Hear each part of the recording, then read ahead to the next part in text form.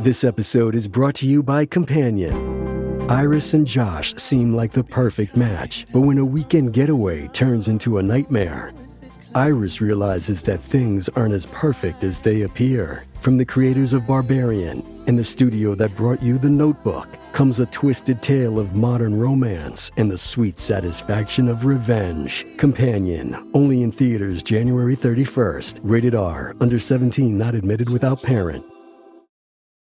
Don't you love it when things are both easier and more affordable? Like when the rain washes your car for you. Or like when you save up to 10% by bundling your renters and auto insurance with USAA. Bundle with USAA and start saving. Get a quote today.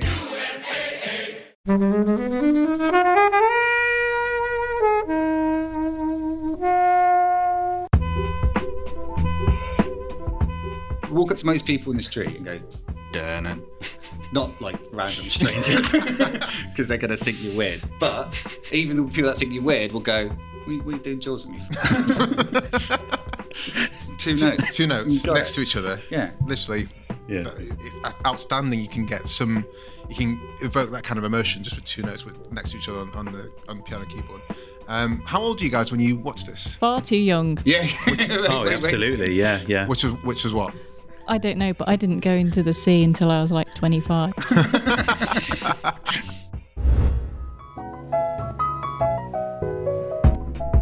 Hello, film fans. Joining us in the studio today, we have Matt. Hi. Chris. Hello. And as always, Kobe. Hello. And we're here today to review Jaws. Thank you, as always, to the mighty people for their mighty, mighty tunes. And thanks to Ben from Rockwood Audio for his awesome editing skills. Please do remember to write a review and rate us on Apple Podcasts and anywhere you can do where you listen to the podcast, because it really does help us. And you can join in the conversation with us on Twitter at Flixwatcher Pod and on Instagram at Flixwatcher.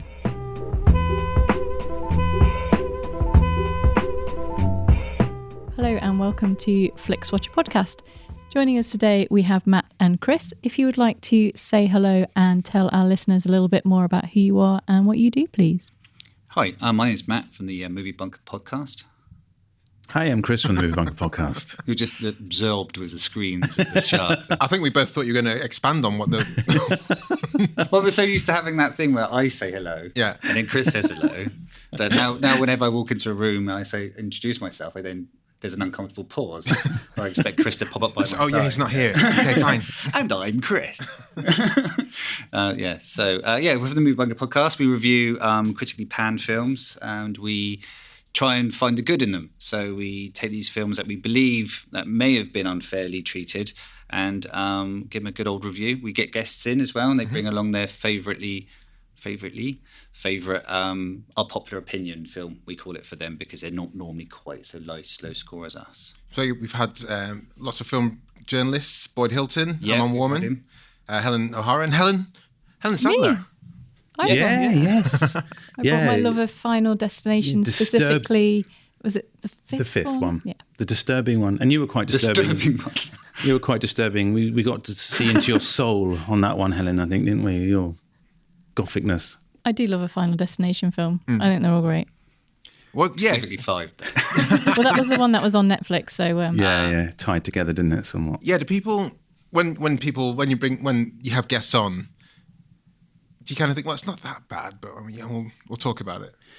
Because when you said Final Destination 5, I was like, that's not the best one. That's not the best one in the series. So in terms of but I don't think it's like a shocking film. No, but there is a few caveats. I mean, we would like people to have, something was certified rotten on Rotten Tomatoes, right. Like a splat, or something below 5 on IMDb would be pretty much where we would like to start. Okay, but it does creep up. Yeah, because they have to have a love for the film. Which is the important part. Yeah, so you can't put that too much. I mean, do the rest of the dross. That's us. That's on us. But you kind of have to sort of give the guests the leeway to actually, otherwise they have to force a like about a film that they probably wouldn't like. Boyd threw that all out the window when he came on, though, because he just hated the film that he'd picked and took it as a chance to have a proper go at it. Have a vent. It's not almost like a psychoanalyst meeting with you guys. Sometimes I think We're so. there to listen. Yeah. Yeah, I mean, we've done some good ones with the guests as well. I think like Constantine with Helen O'Hara. We did the remake of Wicker Man with Chloe Slockery. And Is that a good one? No, All right. It's awful. No. I've never why seen. do you say a good one then? but she's what I mean, like good. Yeah, no, that's a good point. I'm sure it was a great thing to talk yes, about. it was a but good. the film like is yeah. it's I mean, out there, isn't The it? bees thing. Is, the bees Yeah. thing. Bees. Yeah, it's not good in terms of good. It's good to talk about because there's so much there, and the content is really kind of. we haven't done too many Nicolas Cage films, which surprises Surprising, me. yeah. Ghost Rider was one. That Ghost Riders we've done. I wanted to do that. Is it Mandy? Is that the yeah, recent but that's horror film? but that's The quite thing good. is, that's been critically acclaimed, so I think you'd struggle to be able to get can't that in the do it. bunker. I want to do a bonkers one. Bonkers one. Bonkers. Maybe there's a later Jaws film that you could put in there. Yeah, I mean, literally every film after the first one is a candidate, especially the 3D one. I think Sure. it's probably our most bunkery type of Jaws film. So why are we talking about Jaws? Why are we talking about Jaws? Why wouldn't you talk about Jaws? Because you chose it. Because I chose it. Yeah, So- I mean, so we were given, we're brought on here and we're told that we could pick a good film, which was strangely difficult for us. Was it like the sword of Damocles moves It was away like from that. Yeah. But like that wonderful site where we could find all of the movies that are on Netflix. I was flicking through that. That is justwatch.com, which is a great site, I think. Yeah, Great yeah. site. Yeah. He, sorry, I'm pointing at Chris, very podcasty. The very first thing he did was order it from worst to best. And it's like, this is brilliant. So we can find all the really, really bad films on here. Yeah. But yeah, so I was flicking through this list and there are a multitude of brilliant films. And then I came across Jaws and I thought, that's got to have been done before. Someone's not going to pick this. I can only imagine it's been picked up recently on Netflix. And looked at your corresponding list of films you've covered before and it was not on there. And then I looked no further. There was no need. So tell us, in a minute or less, what happens in Jaws? For people who haven't seen Jaws. So for all the people under 7 that haven't seen Jaws, so what happens is right at the very start, we're introduced to the fact that there is a killer shark knocking about this Amity Island. We're then introduced to the police chief of the island, who for the sort of first half of the film has like a running battle with the mayor to have an appropriate reaction to this shark. The second half of the film is then taken up with the 3 main cast members in a boat fighting this shark. It sounds simple. It is simple, and it is glorious. I mean, it is simple. It's a monster in a house film, but set on the ocean. Yeah, And that's why it works so well, because it's that simple. yeah. And simple, a monster in a house film, The First Purge, loved it. It's simple concepts. Get down when you start to get more. I've never seen any of the other subsequent Jawses, which I just can't think more why I'd bother. No, But I'm sure they when get the more shark elaborate. blows up at the end. Yeah. Spoiler alert. But the second one's the revenge. You're like, which part of it's the revenge? Yeah. What's Son of Shores. Is it the 4th one with Michael Caine? Yeah, when they go to The Barbados. shark follows them in a plane. No, not the shark's not in a plane. With his little passport going Yeah. through, taking his With a phone off and Yeah, putting it in with the trolley. You got anything sharp on you? No, he's under the water whilst the plane is obviously flying very slowly above them. And he follows them all the way to Jamaica or the West Indies somewhere. Barbados. Somewhere hot. Yeah, it's the only reason why Michael Caine did the film allegedly, Yeah. is because it was a nice holiday for him. Like scene 1, Barbados. Yeah, do. I'm there. That's fine. So it has probably the one thing you could level at this film. The bad thing about it is it has spawned off not only its own troubled kin, but a whole genre of film which has ended up with Sharknado 3.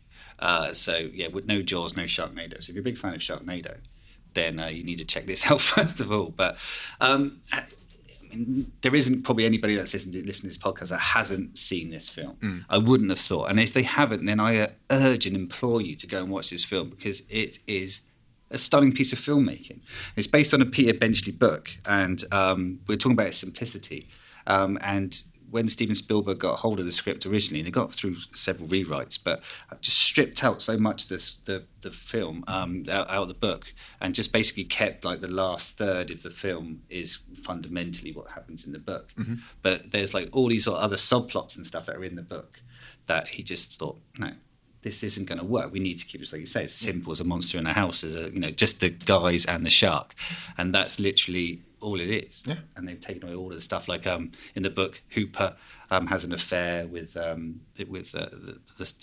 Brody's wife, yeah, and he's a horrible character. I think that what the producers said, which are some of notes. David Brown and Richardson, they said like they read the book once overnight, agreed instantly to the film. Had they read the book a second time, they would never have gone ahead with the film, because it was like they realised that all of the things they liked about the book were just unfilmable. No one's done this before. So the film itself is brilliant. And after you've watched the film, you can then spend about 3 weeks reading about the making of the film, because there's just so much. And the great thing about it is there's no real truth out there about the making of the film. Everything you read about it is then contradicted somewhere else. And it's just got a huge, wonderful backstory. I think there's a podcast recently which I'll try and find it and put in the show notes, but it's talking about how that kind of period where George Lucas and Steven Spielberg were really cool friends, and this is coming up to Star Wars coming out. So they were good friends and all that. And at the same time as Jaws was coming out, it was the biggest film ever, Lucas was still struggling with how to get Star Wars off and stuff like that. And it's telling the story of all the shit things that happened, like there's a massive storm and it just destroyed the boats. They had to build a second boat. The shark notoriously didn't work. So that changed a lot of the plot. And the main saving thing was John Williams' score. Yeah. And that just drives everything through this film. And that is all you need, right? You walk up to most people in the street and go, "Durnan," not like random strangers, because they're going to think you're weird. But even the people that think you're weird will go, "What are you doing Jaws at me for?" Two notes next to each other. Yeah, literally. Yeah, outstanding. You can evoke that kind of emotion just with 2 notes next to each other on the piano keyboard. How old are you guys when you watched this? Far too young. Yeah. Absolutely. Yeah. Which was what? I don't know, but I didn't go into the sea until I was like 25. Oh, really? So yeah, I mean, obviously didn't see it at the cinema, but I mean, maybe under 10 probably. Okay. I mean, yeah. This was released on my day of birth. Really? Yeah, exactly. I'm the same age as those stills. So when did you watch it though? I can't remember, but it was fundamental. Before double digits. I was that age that after I watched it, the whole tagline, "You're scared to go back to the beach." I didn't like having a bath afterwards. Really? Yeah, no, I would literally be in the bath, and once, because I was a dirty kid, once the water had become no longer, I couldn't see the bottom of the bath anymore, then I'd get out. Because I was convinced that the shark would get me in the bath. So you're like 2 then, basically, when you watched this movie? No, I was 19.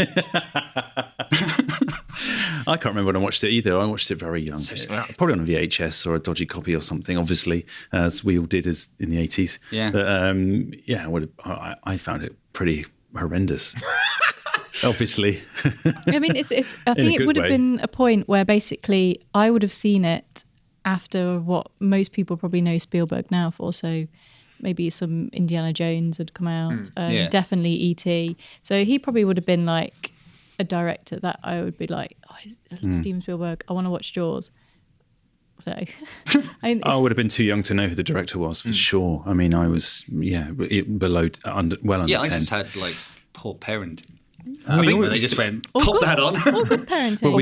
You were, given exposure to these kind of cinematic we talked about this, didn't we, recently? We said about, it was a different time. And in terms of watching, these video nasties, because that was when really video nasties in the 80s, I suppose, well after this was made, but there was loads of controversy around, exposing young people to films, because it was like something that was happening in sort of like the media and the culture movement and things. But we all watched things incredibly inappropriate as kids, and now you wouldn't dream of doing it. I mean, I'm really strict on my kids now. I mean, Deadpool. So, wait till Deadpool comes out. Or something. Would you let? You said how old are your kids? Sorry, 9 and 6. Yeah. Would you let them watch Jaws? No. Really? No. No, I don't think so. I watched this. Horrific. I remember, it is really bad. Yeah. I saw this. I think it was like one of the first times. back in the 80s, listeners, they just Look it up. Yeah, exactly. Look up the 80s. Look up Before the internet. Look up the like lurid colours. But I'm not sure. I didn't see this on video, but it's like one of the first times they played it on TV as like broadcast is when I saw it, and I remember thinking, everyone says this is really scary, so I was watching it like with a foot halfway out the door to go to bed. And I remember thinking, oh, this is all right actually. I wasn't that scared, but maybe it was a cut that was like modified. Yeah, probably you didn't get Ben Gardner's head, because I think when it was shown on TV, they cut that bit out. Right.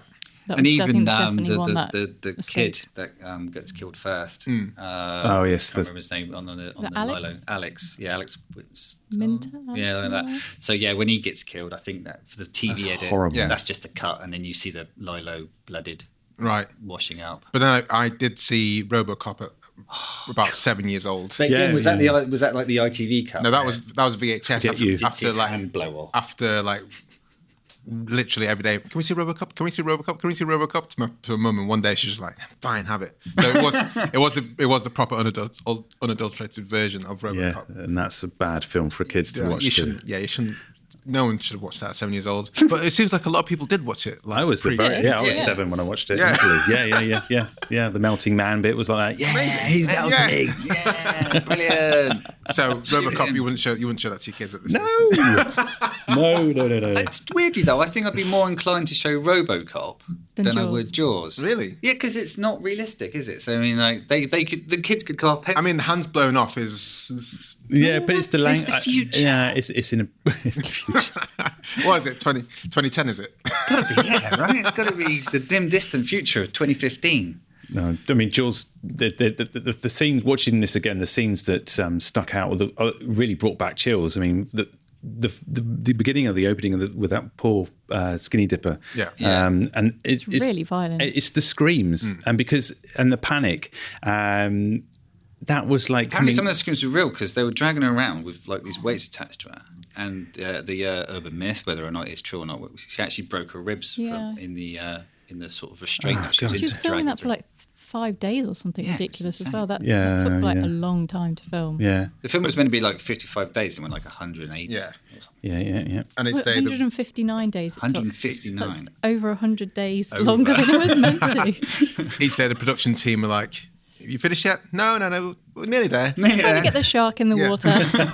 And Spielberg generally thought his film career was over because he just wasted, not wasted, but he spent so much money and time. I mean, since Star Wars earlier, until that came out, this was the biggest film. The biggest film in the world. Yeah, so when Lucas they probably shook hands when Star Wars came out, and Spielberg was like, "Dude, that's amazing. You've beaten me."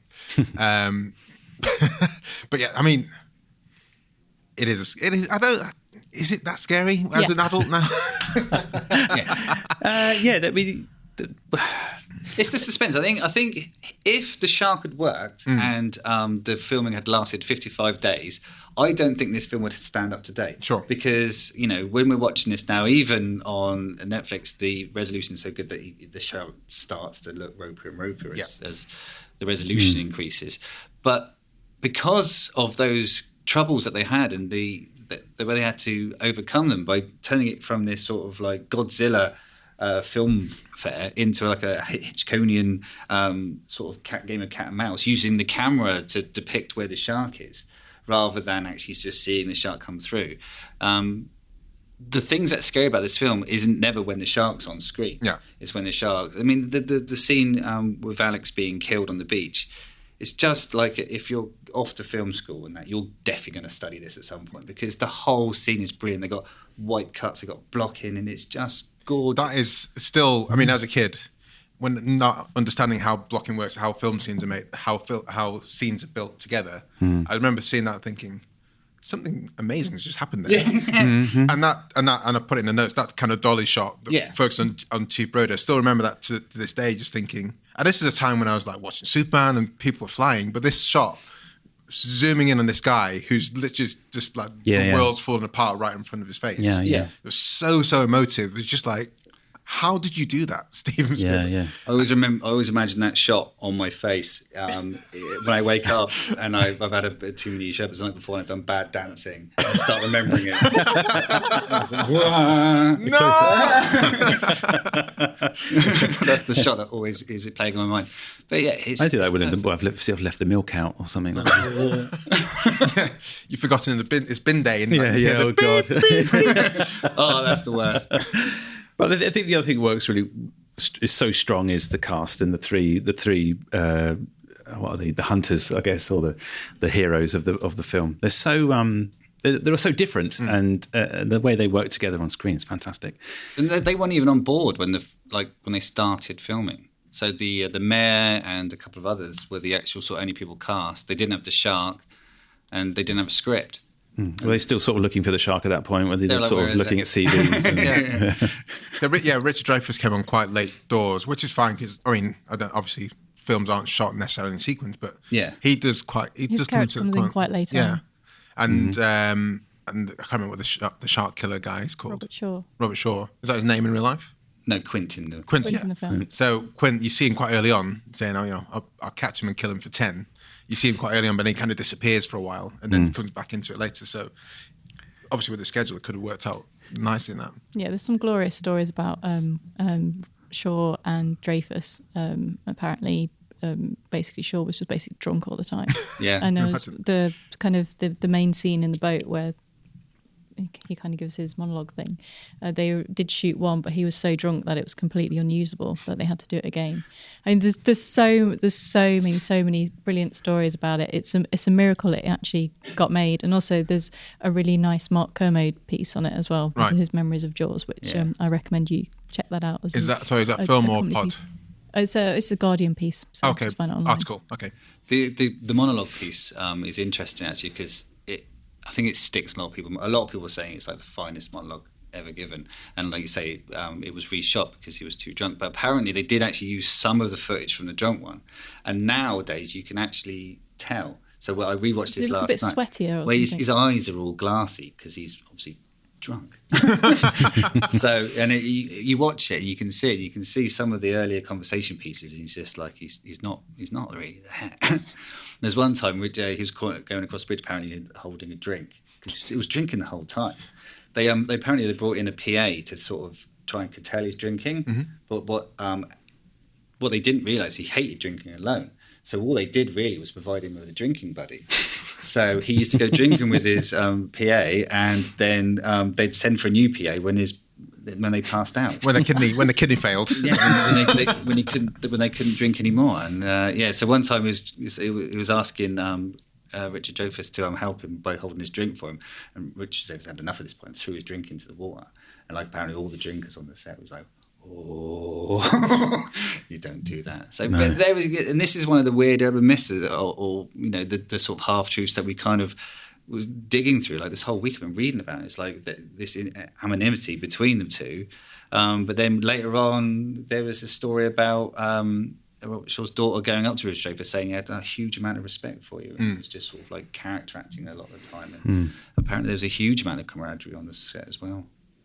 It's legendary, isn't it? It's kind of like the stuff of legend, and what's true and what's not true, and just ultimately what it does create is a bit of a mystery. But I mean, it ultimately changed cinema. Yeah. And from that moment on, everything that we kind of have now is a result of this. I mean, summer blockbusters, Didn't exist, films that were basically made for making money with tie-in materials and, releasing it across, 450 odd screens all at once. That kind of thing didn't happen. And it just kind of changed filmmaking forever. I mean, some might say for the worse, but, it had an unbelievable effect on how we watch, what we watch, and, how we watch it. Mm-hmm. And the fact it still has that effect on people, because I remember, like I say, before I watched it, I knew about people being like terrified about going in the water.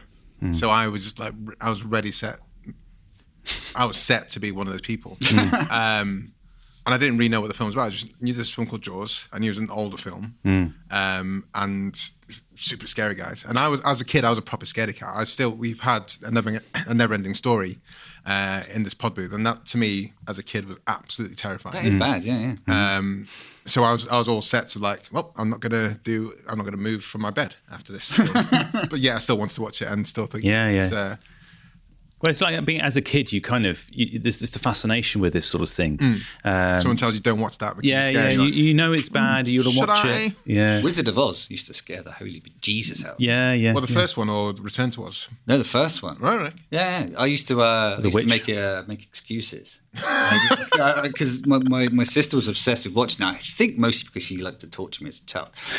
But yeah, so I'd be sat there and I'd be like, "Oh no, that witch is about to come on." I'd be like, "Oh, I've got that."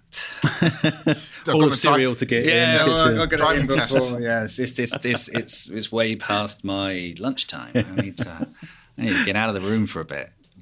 Yeah, you take this stuff with you, don't you? These films, and that's why it's not a difficult rewatch, but it's just a nostalgia fest. To coin a ridiculous phrase, but it's with Jaws for me, it's the images of the head, the severed the leg, and all that sort of stuff. It's gory, it's sweaty, but not overly gory. It's not. No, but enough. It's enough though. If you're not a gorehound and you're not a horror aficionado, then this is enough to sort of go. It's to put you off water. And saying about the sharks after this film, I've just been built up to this iconic beast, what's the National Geographic channel has basically built its whole thing on Channel 5, just make Shark Week, thanks to Jaws. Yeah, it's only recently that it's kind of been discovered that they're not the mindless killers that, when I say recent, it's like the last 5-10 years. That's recent for me. That they've been discovered, actually, they're fine. Just leave them alone. Just leave them alone. The amount of times people get attacked in them is insignificant compared to the number of times they just decide to swim past you because you're not particularly fatty. Not you, Chris. Cheers. So the podcast that I listened to it's called Blockbuster.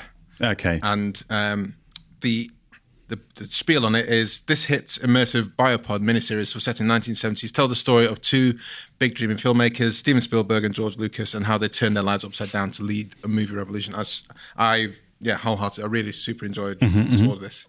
But like I said, it's talking about this kind of Jaws period when they met, how Spielberg, Francis Ford Coppola, and another chap kind of told George Lucas that his initial version of Star Wars was dog shit, and they needed to like rein it in. Yeah. So it's really fascinating. Maybe they were around for the prequels. Well, he wanted Spielberg to do the Phantom Menace, didn't he? Oh, that would have been nice, wouldn't it? Yeah. Hello, I'm Sam Pay. And I'm Martin Zoltz-Orstwick. And we are the two hosts of a podcast called Song by Song, where we listen every week to a track by the musical artist Tom Waits. You might know him for his gravelly voice, very nice, his appearance in films, but also his multi-decade spanning career involving blues, jazz, and all sorts of other kinds of experimental music. So we're basically like a book club for Tom Waits, and if that sounds like your cup of tea, you can find us at songbysongpodcast.com or wherever you get podcasts.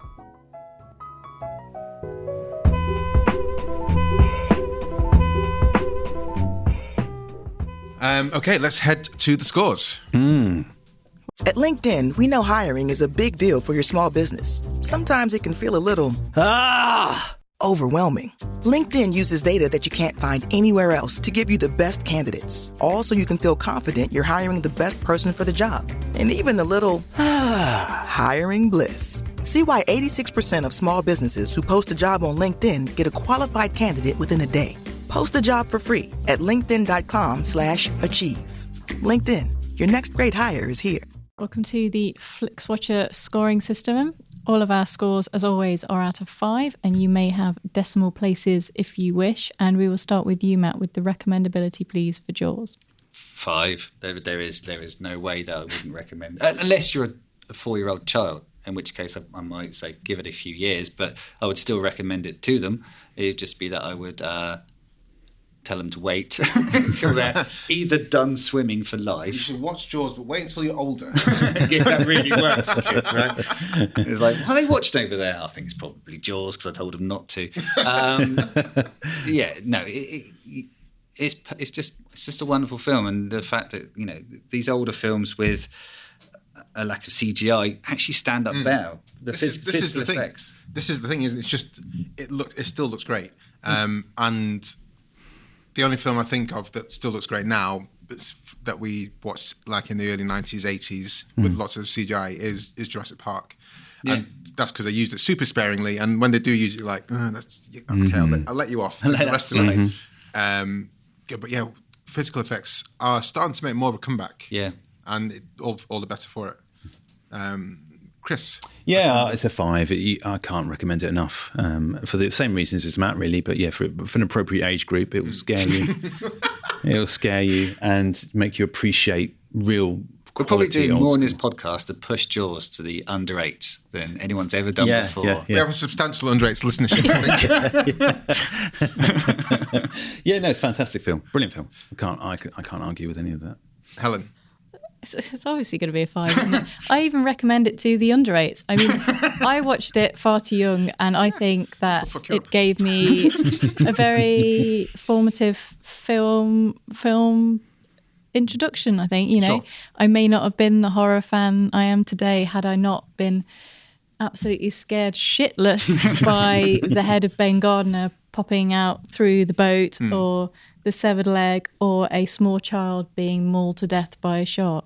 So I would like to take this opportunity to thank Steven Spielberg for terrorising my youth.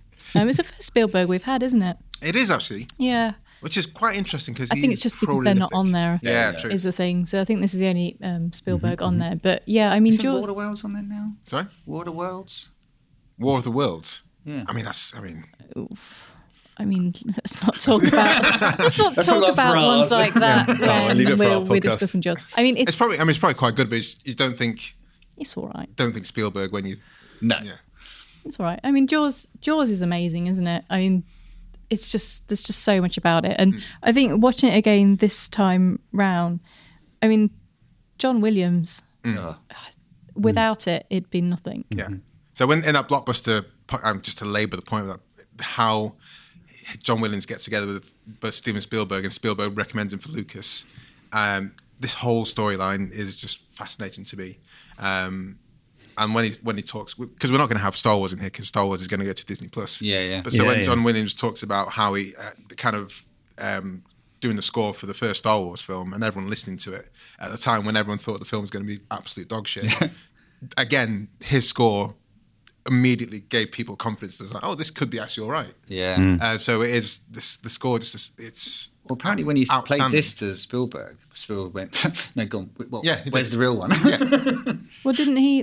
This was one of the Oscars that it did pick up, Yeah. apparently. And didn't John Williams have to come from the orchestra pit, Yeah. kind of ran to pick it up because he was doing the music Oh, was he? for the Oscars at the time?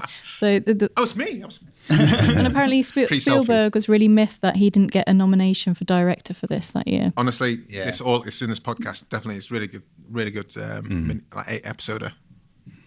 It was the editor that got the Other one, Oscar. wasn't it? Yeah, and then I think Spielberg refused to work because a lot of people go, it's only good because the editing. So he then refused to work with the editor again. Ugh.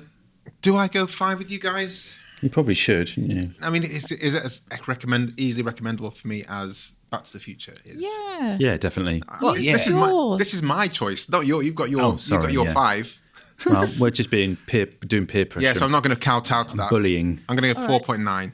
Oh, what a cop out. Yeah, if you even like films in any way passing. If you even like films. If you like films in any If you passing have form, eyes. then you should watch it. If you're slightly squeamish, I'd say even if you don't have eyes, because the sound score is just The amazing. score's brilliant. 4.9 because of peer pressure. It was going to be 5, and then they tried to. Oh. They tried to come squeeze on. me into it. Repeat viewing score. psychology. How many times have you guys seen this? It's almost one of those infinite, because it's been the TV thing, and Yeah. we're of that age where You had like 3 VHS. There was 3 channels, and every now and again they'd put a film on that was actually good. So you'd always watch it. Like you'd watch Star Wars every Christmas. You'd watch this probably every Halloween or October, or whenever they decided to put it on. Is this a horror? Is this a fully fledged horror for you guys? It's more of a thriller. I think. But it's scary. But it's Scary thriller, yeah. So repeat viewing score for you. I don't want to just go down the line as 5s, but it's if you really want to go 5s hard. all the way, if you want to go 0s all the way, it's up. There's it's no completely up to you. rules. There is no As long- rules. Don't Just count. go with your feelings. Don't get peer pressured into a score. I weirdly, I would say a 4, simply because I think a decent gap between viewings is actually makes the film, because you forget. Like when I watched this again, in my mind I remembered the first half to be a lot slower paced, and that, like in between each of the shark attacks, there being a long period of time when nothing happened. That's not true at all. My memory was poor on that, and they come, and the pacing is brilliant, and so it's a 4 simply because I would say just watch it again, just give it some time. I'd say a 3. Yeah, I mean, I've seen it about 3 times in my life, and I've seen bits and pieces of it. As you say, it's always on when you were a kid. So it's kind of indelibly. Yeah, I don't notice. Like, I think if I stumbled across it and there was nothing else on, I'd had a couple of gin and tonics, I probably would just sit and watch the rest of it. You shouldn't drink gin. No, I'll go well. That's not like a public service announcement. You shouldn't drink gin. Just him. It becomes all maudlin. A private service announcement. Helen. I'm going to give it a 4. I mean, I've seen it loads and loads and loads and loads of times, and then watching it again this time. I mean, it is 2 hours as well. I think for me, I actually prefer this because it's 2 halves, isn't it? So it's the stuff all that happens kind of on land, and then the second bit is where they go out on the boat. And I prefer all the stuff before they go out on the boat. I think when they go out on the boat, It slows down. it slows down a bit, and that's when it gets slightly ridiculous with just some of the things, like, you know, the shark being able to headbutt the boat and break it. Is watching it now is a bit like, oh, that's a bit silly. But like that brilliant montage scene where Hooper, like when he suggests like poke him in the eye, he's like, fundamentally his plan is, I'm going to poke him in the eye with this stick, and then they go, you can't do that, and then he turns and goes, have you got any better idea? And the pan shot to I keep forgetting the sheriff's name. Brody. The pan shot to Brody is just amazing, because at that point then the cage comes up and they're starting to make the cage. It's just brilliant. So if you missed the second half, you'd miss that wonderful moment. Mm-hmm. Yeah, but they could just include that moment but make the rest of it shorter. Yeah, all right. Sold. So you're going for 4? You're going for 4? Yeah, 4. Yeah. I mean, it's... Yeah. I'm going to go a bit lower, 2.5. I think it's definitely rewatchable. But I think in your camp, Matt, you don't need to watch it often, because it's a fantastic film. But I don't feel super drawn to watching it.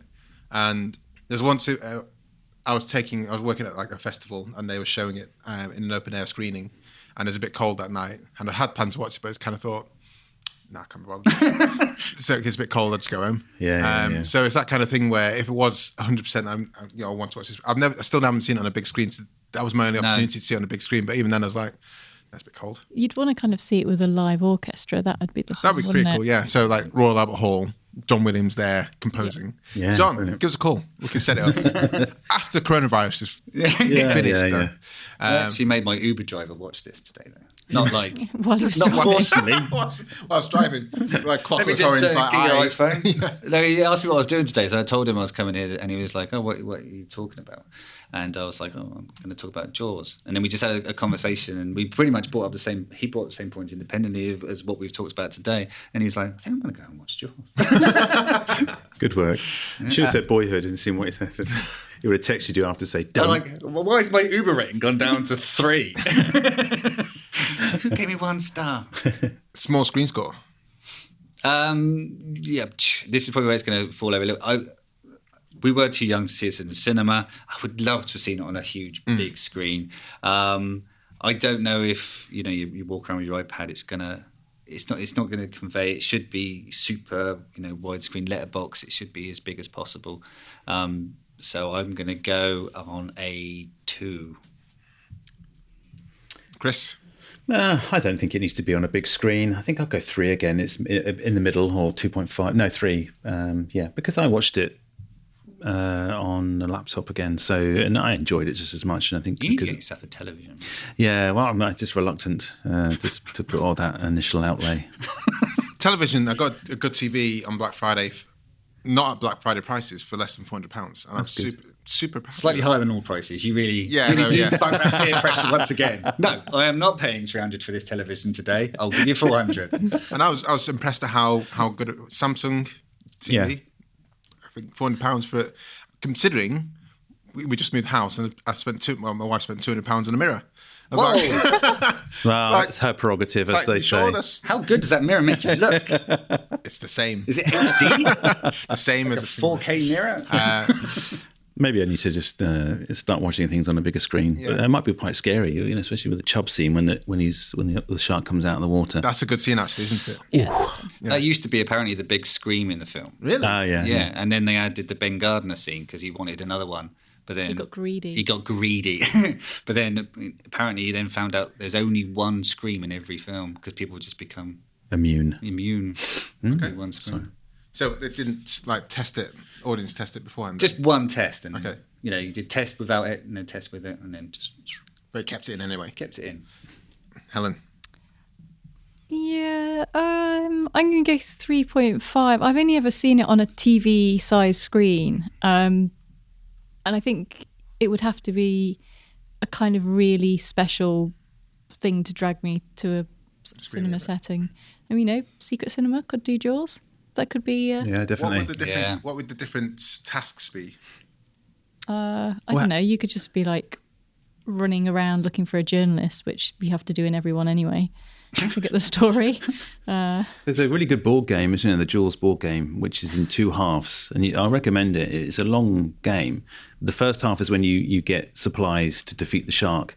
And then the second half of the game is when you defeat the shark on the boat, and the boat lasts for a certain amount of time. And one of you is the shark, and the other 3 players are the 3 main characters. Seek it out. It's a good. I don't have 3 friends. Oh, there you go. We'll do it with you. And here in my bag. I thought I'd bring it. I'm going to go for 4.1 here. I would. You love your decimals, don't you? Yeah, man. Of course. It's all about the decimals. 4.1. Yeah, I would like to see it in the cinema, but I haven't. And to date, I don't think I've missed out. But I think I like Helen's idea of an orchestra-led version of this, where you can really get the impact of it. I saw The Snowman with a live orchestra. Which Snowman, sorry? Which snowman? No, not that one. No, the Walking in the Air one. Okay, good. I was going to commit to full high pitch then, but I thought probably better off it. There's too much glass in here. Falsetto is one of your strong points as well. Yeah. We've all got our strengths. Engagement score? Yes. Yeah. Sorry, Matt. I've got what Helen's had. Okay, so yes, fully engaged, 100% engaged. I didn't have any desire to do anything else apart from finish watching this film. I started it, and the thing is as well, with the trivia read fest that I had beforehand, it's just like you start going, like there's a wonderful one where it's like, they avoided the use of the colour red. Right, I don't know who made this up, but it's really easy to debunk, right? Because all you do is watch the film. Right? Yeah. I mean, you had the pictures up earlier. The boat's red. There's a lot of red in this film, so if you like red, don't watch this film. But yeah, engagement. Fully engaged. I'm going full 5. Chris? Yeah, I'll go for a 4. I was engaged. I obviously had my eyes closed for some of the scary stuff. But yeah. You're talking about now or when you first watched it? Oh, now, obviously. I've always talked about my emotional styles. So yeah, 4. Helen? Yeah, I'm also going to go for a 4 because I've seen this so many times this time round. I was using kind of the slightly flabbier bits to read lots of trivia about it, but I was still engaged. I know, but it's not fully engaged. Like, I had full engagement for the really scary bits that I knew were coming up. That's still, even though I knew they were coming, I was like, oh, fucking hell, there's that shark again. And I completely forgot. It's their head thing for me. It's like, the head's coming. It's it! Yeah, it's there. But it was the severed leg as well. I almost forgot about that. And I was like, oh, it's there. And then there's two bits where, like, the shark just, like, pops its head in and goes, hiya. And I was like, oh, my God. Still scary. But yeah, I can't give anything higher than a 4 if I was sat there like making notes and reading all the trivia. Kind of made your own director's cut, like with your own sort of notes as you go. Get rid of this bit. I'm going to go for 5. I haven't seen it that many times, but each time I've seen it, I've been like into it. And I think that kind of ties in with the repeat viewing score, because if you don't watch it that often, I've forgotten about the head coming out of the boat thing, or maybe never seen it. Mind. And also, I think as you watch it, as you get older, the kind of focus kind of changes, because with Chief Brody, you kind of realise that he's like a father trying to protect his family, which is Amity. Also, I'm sure when I was a kid, I didn't really, when the mum's looking for her son who's in the water. Oh, it's awful. As a kid, I would have been like, yeah, well, he's in the water because that's ace, being in the water when you're on holiday. But now you're like, fucking hell, she's like scared shitless for her kid, and that's the hat is distracting though. I was feeling for it. I'm like, the hat. It's mid-70s though. Come on, that's a bad choice. It did launch a TV company, production company. That's Some Bad Hat Harry. Ah, is it? Yeah. Oh, that's that's the line he says to the guy when he sits down, the weird-looking guy. And it's a TV company. I can't remember what it is they do. Was it King of the Hill? Maybe. It's a show. I don't know if you. But I think that Some Bad Hat Harry is a production company. Okay. And it was named after the line. Yeah. Harry's the swimmer who he thinks is the shark, first of all, when that's that perfect blocking bit where he's like, and then it turns out he's just a guy, Harry. So we get an overall score of 3.93750. That's good. That's all right. Let down by someone's low repeat viewing and small screen stuff. We've all had quite low repeat viewing scores there. 3, 3, and 2.5 is not particularly high for anyone. So it's just how it is, isn't it? Yeah. So we, as always, go to Twitter and in this case say, hey guys, we're reviewing Jaws with Chris Alden and Saint_Matt from movie_bunker. Have you seen it? Gives you thoughts for an on-air shout-out and gives you score 5 out of 5 stars. We had a few responses here. Matt, do you want to take the first one? Yeah, Lee Thomas has come back with my desert island movie. Probably not a good idea. Probably wouldn't have me get off the island as I wouldn't get in the water. Bolton's own Robert Shaw with an iconic performance. Is this the most recognisable 2 notes in movie history? Which I think we've established it is, right? Yeah. With my stranger test in the high street. Chris, you want to take the second short one? Yeah, Scheider say it's perfection.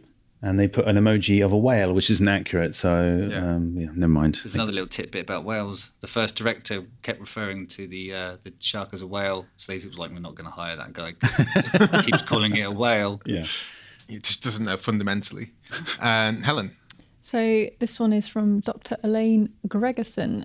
She's gone with the accurate emoji of 5 sharks. Got it on in the background whilst tending to a tiny human, gleefully exclaiming, Hooper, you idiot, starboard, ain't you watching it? At a bemused 9-month-old isn't at all weird, is it? I mean, we probably said that 9 months, maybe not exposure time. But they wouldn't know what's going on. Yeah. Well, they would, and then they'd be scarred for life. So either way, everyone's a winner. If you can't apart from the child, maybe. Well, if you can't emotionally scar your own child, then you're doing it wrong. But recommendability pretty much in line with us with kind of the 5 fishy emojis. So, guys, where can we find you online and say goodbye to everyone? Yeah, we've got our own website because we're like posh like that. So we have the Movie Bunker podcast. Is it Squarespace? It's not. I made it myself. Guys, the podcast that's not made by Squarespace. What's going on? What kind of world is this? I'm a web developer, so I rebuke such things. Our website's not on Squarespace. I know it's not. So that's where we are. I don't know how to use Squarespace actually. Sorry, it fundamentally works as a website, but yeah, I mean, just search us on the Movie Bunker podcast, and but always add the podcast because there's another site out there which isn't quite so family friendly, which is just a Movie Bunker. So yeah. Ooh, might search that later. I had like an Untouchables kind of moment where my daughter was going, Daddy, I'm going to find your podcast online, and started just searching for the Movie Bunker podcast as I dove across the table. No. Yeah, we're on Instagram, Facebook and Twitter, which is our favourite place to hang out, and social media with the millennials. But thanks for having us on. We've really enjoyed it. Thank you very much for coming. Welcome. Cheers. Thanks for coming on. Bye. Bye. Bye. Enjoyed this episode of Flixwatcher podcast? Why not leave us a 5-star review on iTunes? You can also follow us at FlixWatcherPod on Twitter, and we're at FlixWatcher on Instagram. Thanks as always to the mighty people for their mighty tunes, and Ben from Rockwood Audio for his awesome editing skills. If you're looking to get your podcast edited as sweet as this, get in touch with Ben, and that's Rockwood, ROKK Wood Audio. Tell them Flixwatcher sent you.